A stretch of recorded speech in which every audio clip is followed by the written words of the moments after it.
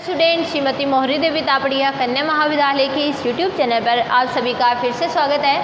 आज का जो अपना टॉपिक है वो है properties of cyclic group. Previous video में अपन ने साइक्लिक ग्रुप के बारे में डिस्कशन किया था कि किस तरह से अपने एलिमेंट्स जो है वो उनके लिए अपन साइक्लिक ग्रुप को यहाँ पे पहचाने सकते हैं। इसके लिए अपन ने डेफिनेशन भी देखी थी और कुछ एग्जाम्पल की हेल्प से भी अपन ने किस तरह से अपना साइक्लिक ग्रुप जनरेट होता है ये चीज़ भी अपन ने वहाँ पर देखी थी। साइक्लिक ग्रुप के लिए सबसे इम्पॉर्टेंट थिंग जो ये अपने को याद रखनी होती है वो ये रखनी होती है कि साइक्लिक ग्रुप के अंदर अपन एक एलिमेंट की हेल्प से जो पूरा ग्रुप होता है उसको अपन जनरेट कर सकते हैं। ठीक है, अब अपन ने जब कल एग्जाम्पल देखा था तो एग्जाम्पल में अपन ने एक चीज़ देखी थी कि अपना एक तो आइटा जो है वो उसका क्या हो रहा था, जनरेटर हो रहा था और एक माइनस आयोटा था वो भी क्या हो रहा था, उसका जनरेटर हो रहा था। तो इसी पर बेस्ड आज कुछ प्रॉपर्टी जो है वो अपन मतलब ये किस तरह से पॉसिबल है इसको भी अपन आज जो वीडियो के अंदर देखेंगे कि कोई थ्योरम की हेल्प से अपन इसको समझेंगे कि ये कौन सी प्रॉपर्टी होती है जिसके अंदर उसके इन्वर्स को भी क्या कर सकते हैं अपन यहाँ पर जनरेटर की फॉर्म में जो है वो दिखा सकते हैं और वो किस तरह से यहाँ पर दिखाया जा सकता है। तो प्रॉपर्टीज़ के अंदर जो पहली प्रॉपर्टी होती है उसके अंदर अपन यही डिस्कस करने वाले हैं। थ्योरम की हेल्प से इस प्रॉपर्टी को अपन यहाँ पर डिस्कस करेंगे और अपन देखेंगे कि अगर कोई जैसे साइक्लिक ग्रुप है उसका मैंने कोई एक एलिमेंट उठाया, वो एलिमेंट जो जनरेटर है उसको मैंने क्या मान लिया, ए मान लिया कि कोई ग्रुप जी है वो साइक्लिक ग्रुप है और उसका जो जनरेटर है वो क्या है, ए है। तो मुझे ये दिखाना है कि जो ए इन्वर्स है वो भी क्या होगा, इस ग्रुप जी का क्या होगा, जनरेटर होगा। अब इसको अपन कैसे दिखाएंगे अपन यहाँ पर देखते हैं। पहले मैं थ्योरम के जो स्टेटमेंट है उसको यहाँ पर लिख लेती हूँ। स्टेटमेंट अपना कुछ इस तरह से रहता है कि यदि ए किसी चक्रीय ग्रुप जी का जनक है तो ए इन्वर्स, ठीक है, ए इन्वर्स जो होगा, ए इन्वर्स भी जी का जनक होगा। ये अपने को यहाँ पे प्रूफ करना है। क्लियर होगी अच्छे से? सिंपल सी है, बहुत ही अच्छी सी थ्योरम है। ठीक है, आपको देखते ही समझ में आ जाएगी कि इसका स्टेटमेंट जो है वो अपन प्रूफ इजीली किस तरह से कर सकते हैं। तो पहले तो अपन जो चीज़ दे रखी है, ए जो है वो इसका क्या दे रखा है, जनरेटर दे रखा है और ए जनरेटर दे रखा है मतलब ए की पूर्णांक घात के अंदर इसके सभी एलिमेंट्स को क्या कर सकते हैं, अपन दिखा सकते हैं। ठीक है, अब देखिए यहाँ पे मैं लिख लेती हूँ, माना जी और जनरेटर को अपन इस बड़े ब्रैकेट के अंदर ए को लिख के जो भी उसका जनरेटर होता है उसको इसके अंदर लिख देते हैं। ये इसके जनरेटर का साइन होता है। ठीक है, मतलब जो जी है वो किससे जनरेट हो रहा है, ए से जनरेट हो रहा है। एक चक्रीय ग्रुप है। अगर ये मेरा चक्रीय ग्रुप है तब मैं जो जी के एलिमेंट्स होगा, जी का कोई भी एलिमेंट अगर मैं उठाती हूँ तो उसको क्या लिख सकती हूँ, तब x बिलोंग्स टू जी के लिए, x अगर कोई मेरा जी का एलिमेंट है, ठीक है, तो मैं इसको क्या लिख सकती हूँ, ए की पूर्णांक घात के अंदर, है ना, ए की पूर्णांक घात के रूप में लिखा जा सकता है। वेयर m जो है वो किसको बिलोंग कर रहा है, इंटीजर्स को बिलोंग कर रहा है, पूर्णांक घात को बिलोंग कर रहा है। अब देखिए, आप अगर इसे a की पावर m को तोड़ूँ तो मैं इस तरह से तोड़ सकती हूँ, हाँ या ना? बहुत ही सिंपल सा चीज़ है। इस तरह से इसको मैं क्या कर सकती हूँ, तोड़ सकती हूँ। मैंने दोनों तरफ क्या लगा दिया, यहाँ पर भी मैंने माइनस कर दिया और यहाँ पे भी माइनस, दोनों मल्टीप्लाई होके क्या हो जाएंगे, वापस से प्लस हो जाएंगे। तो अगर मैं देखूँ m मेरा जनरेटर है, m मेरा z को बिलोंग कर रहा है तो माइनस m भी क्या करेगा, z को ही तो बिलोंग करेगा। ये भी तो क्या होगा, एक इंटीजर ही होगा। ठीक है, तो दोनों क्या हो जाएंगे, मेरे इंटीजर्स ही है। और ये किसके इंटीजर्स की फॉर्म में है, ए इन्वर्स की घात के रूप में लिखा जा रहा है। ठीक है, यहाँ पे अगर मैं इस एलिमेंट को देखूँ, ये मैंने आर्बिट्रेरी एलिमेंट उठाया कोई इसका जी का, तो अगर मैं इस आर्बिटरी एलिमेंट को देखूं तो ये पहले तो क्या बन रहा था, ये तो अपन ने डेफिनेशन से जो चीज़ गिवन थी उसी से लिखा था कि a जो है a की पावर m के रूप में इसको लिखा जा सकता है, लेकिन ये जो है वो मैंने खुद यहाँ से इसको जनरेट किया है, मतलब इसकी पावर्स को मैंने दो भागों में तोड़ लिया है और इस तरह से ये जो है वो लिखा गया है। तो यहाँ पर जो चीज़ रहेगी, ठीक है, तो अब इसको क्या बोलेंगे, यहाँ पर जो मेरा a होगा वो क्या हो जाएगा मेरा x को अपन a इनवर्स की अगर मैं लिखना चाहूँ तो ऐसे लिखूँगी, x को a इनवर्स की पूर्णांक घात के रूप में व्यक्त कर सकते हैं।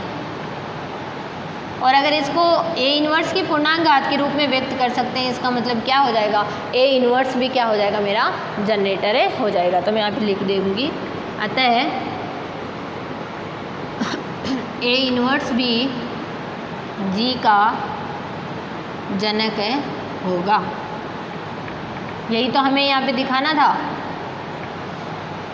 अगर a मेरा g का जनरेटर है तो a इनवर्स भी क्या होगा, g का जनरेटर है। यही अपने को इस थ्योरम में दिखाना था। बहुत ही सिंपल सा इसका जो थ्योरम है, प्रूफ है, वो अपना यहाँ पर रहता है।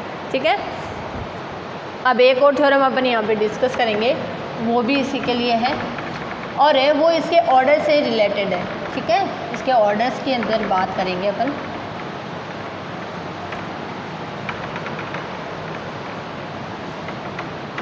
दो अपन इसके अंदर सेट उठाएंगे, सबसेट उठाएंगे इसके अंदर, और फिर अपन इसके अंदर जो है वो दिखाएंगे।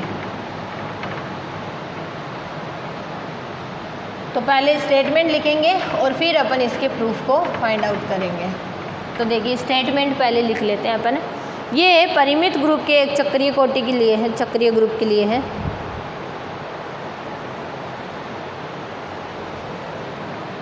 यहाँ पे अपने को प्रूफ करना है किसी परिमित चक्रीय ग्रुप की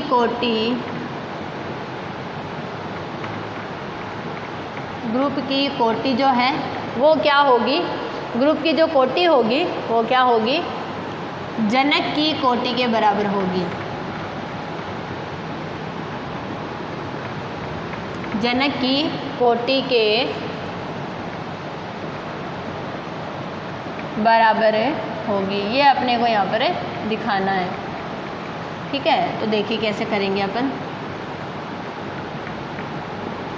सबसे पहले अपन इसके अंदर लिखेंगे, ठीक है, कि मेरा जो गिवन क्या क्या है, मैं यहाँ पे ले लेती हूँ।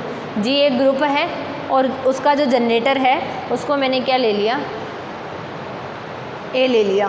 ठीक है, माना जी जो किससे जनरेट हो रहा है, ए से जनरेट हो रहा है। ठीक है, एक परिमित जो है वो चक्रीय ग्रुप है, फाइनाइट सब ग्रुप होना है।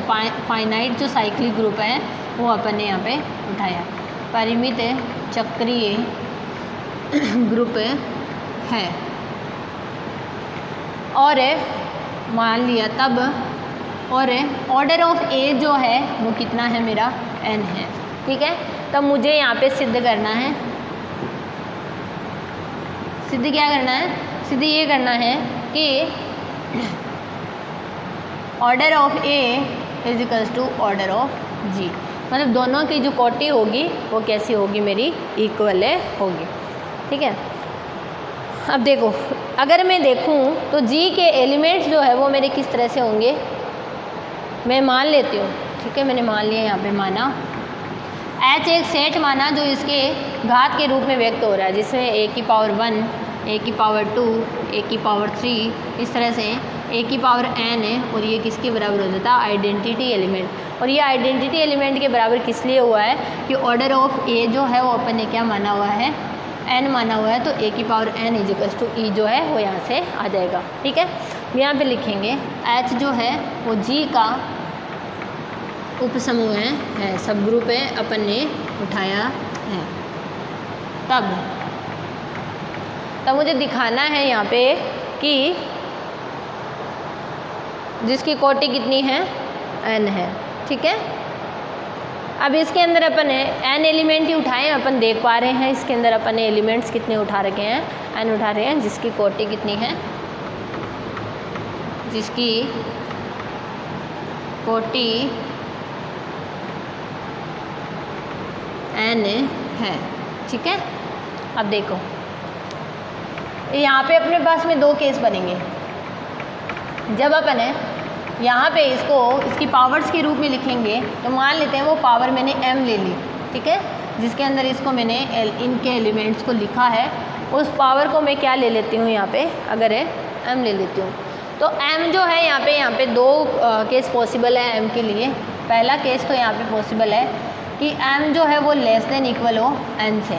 ठीक है, m किससे लेस देन इक्वल हो, n से। तो इस केस में a की पावर m अगर मैं किस में बिलोंग करवाती हूँ, a की पावर m जो है अगर मेरी g में बिलोंग कर रहे हैं, ये मैंने माना है। ठीक है, मैंने यहाँ से एलिमेंट उठाया है क्योंकि मुझे किसकी कोटि बराबर दिखानी है, g की कोटि के लिए बात करनी, तो g की कोटि के लिए करेंगे अपन। तो अगर मैंने ये माना अगर ये इसके अंदर है, ठीक है, g के अंदर है, तो a की पावर है m बिलोंग्स टू g और m किससे लेस देन है, n से लेस देन है, तो a की पावर किस में भी बिलोंग करेगा, h में भी बिलोंग करेगा। ठीक है, तो a की पावर इस केस के अंदर है h में भी बिलोंग करेगा, इसलिए जो h है वो मेरा किसका सबसेट हो जाएगा, g का सबसेट हो जाएगा, क्योंकि अपन एलिमेंट को g में लेके चल रहे थे और वो किस में आ गए, h में आ गए। इसका मतलब क्या हो जाएगा, ये इसका सबसेट हो जाएगा। और दूसरा केस क्या हो सकता है कि m जो है वो मेरा ग्रेटर देन हो जाए n से, और जब ग्रेटर देन होगा तो उसको अपन यहाँ पे दूसरा केस लिख लेती हूँ मैं, केस सेकेंड, m जो है वो ग्रेटर देन हो जाए n से। तब यहाँ पे अपन विभाजन प्रमेयिका का यूज़ करते हुए m को जो है वो मैं इस तरह से लिख सकती हूँ, n क्यू प्लस है r है, और r की जो वैल्यू है वो 0 से n के बीच में होएगी। ठीक है, ये सारे कैसे हैं अपने इंटीजर्स वैल्यू है। तो इस केस में a की पावर m अगर मैं निकालूंगी तो क्या आएगा, n क्यू प्लस है r, अगर मैंने वैल्यू पुट कर दी, इस तरह से लिखा गया यहाँ पे। अब आगे देखिए, सरल करेंगे तो यहाँ पे इसका जस्ट उल्टा आ जाएगा, g और h जो है वो अपने के आ जाएंगे, बराबर आ जाएंगे। यहाँ पे जो है a की पावर n क्यू और a की पावर r ऐसे तोड़ लिया, a की पावर n को मैंने अंदर रख लिया, q को बाहर, तो e की पावर क्यों आया, a की पावर n इजिकल्स टू तो क्या होता है, e आइडेंटिटी एलिमेंट आ जाता है, तो e की पावर q तो क्या आ जाएगा e, a की पावर r तो वापस क्या आ गया, a की पावर r, और a की पावर r को मैंने क्या बताया यहाँ पर 0 से n के बीच के अंदर है। ठीक है, तो इस केस में ये किस में बिलोंग कर जाएगा, h में बिलोंग कर जाएगा। ठीक है, और अगर h में बिलोंग कर गया तो इसका मतलब है g जो है, इस बार मैं एलिमेंट g से लेके चली थी और h के अंदर आ गई, तो g जो है वो सबसेट आ गया किसका, h का। ठीक है, और पहले क्या सबसेट आया था, h सबसेट आया था g का। तो इन दोनों से अगर देखें, ये दोनों एक दूसरे के सबसेट आते हैं, क्या हो जाएगा, g बराबर हो जाएगा h, और h की कोटि कितनी है मेरी, n है। अगर h की कोटि यहाँ पर अपन ने n ले रखा है तो ऑर्डर ऑफ g भी क्या आ जाएगा मेरा, n आ जाएगा। और यही हमें यहाँ पर प्रूफ करना था, क्योंकि a की कोटि कितनी लेके चल रहे थे अपन, n जो है वो लेकर चल रहे थे। क्लियर हो गई मेरी बात अच्छे से। तो इस तरह से ये जो एलिमेंट्स का जो सिलसिला है वो अपना यहाँ पर सॉल्व होता है। ठीक है, तो ये दो इम्पॉर्टेंट प्रॉपर्टी जो है वो अपन ने आज की वीडियो में डिस्कस किया है। आई होप आपको ये साइक्लिक ग्रुप की प्रॉपर्टी जो है अच्छे से समझ में आई होगी। आप इस वीडियो को देखना, और कुछ भी कहीं भी कोई डाउट होता है तो आप मेरे साथ शेयर करना। Thank you so much.